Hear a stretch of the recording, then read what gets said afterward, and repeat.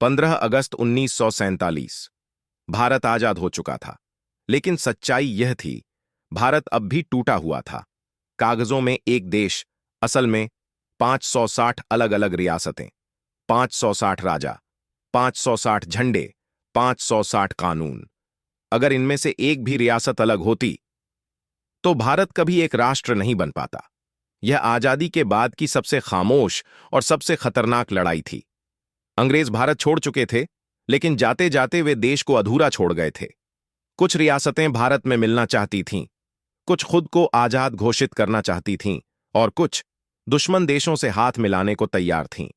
युद्ध सामने था, लेकिन बिना बारूद के। और तभी इस कहानी में प्रवेश होता है एक शांत लेकिन कठोर इंसान का, सरदार वल्लभ भाई पटेल। न कोई जोशीले भाषण, न कोई दिखावा, बस एक अटल सोच, भारत एक रहेगा। पटेल ने पहले रास्ता चुना, बातचीत का।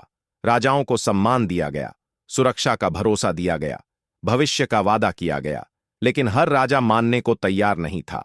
जहां बातचीत असफल हुई, वहां चेतावनी दी गई, और जहां चेतावनी भी बेअसर रही, वहां शक्ति का इस्तेमाल हुआ। हैदराबाद, भारत के बीचों बीच एक अलग देश बनने की जिद। पटेल ने इंतजार किया, स्थिति को परखा, और फिर एक निर्णायक कदम उठाया गया। कुछ ही दिनों में यह साफ हो गया, भारत को तोड़ा नहीं जा सकता।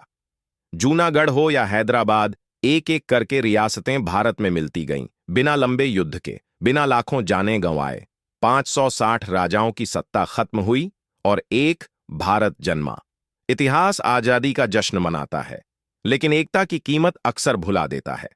अगर सरदार पटेल न होते तो आजाद भारत शायद कभी एक भारत नहीं बन पाता।